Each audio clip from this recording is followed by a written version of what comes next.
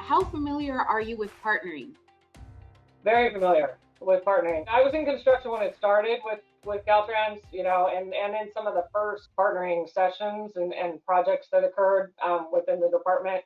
Just those communication skills, I think, are huge.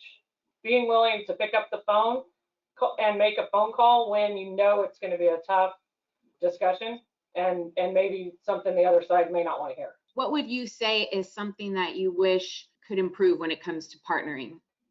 It's the listening and the understanding and the learning. I remember one of my seniors, bosses, when I started, you'd go ask him a question and the first thing he'd be like, well, did you read the spec book?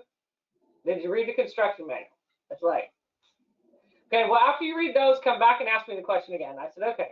And I've always taken that to heart. Now, I don't do it as well as he did, where I don't say, did you read it? But the first thing I do is pull the book out.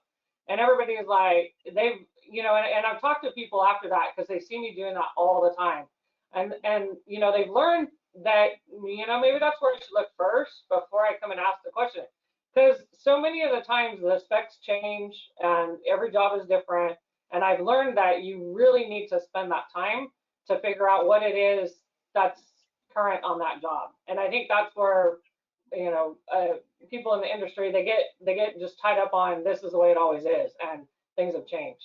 My favorite day ever when I was on a job, we were in Sonora, and I got to actually set up one of the charges and one of the biggest blasts that we did on the job.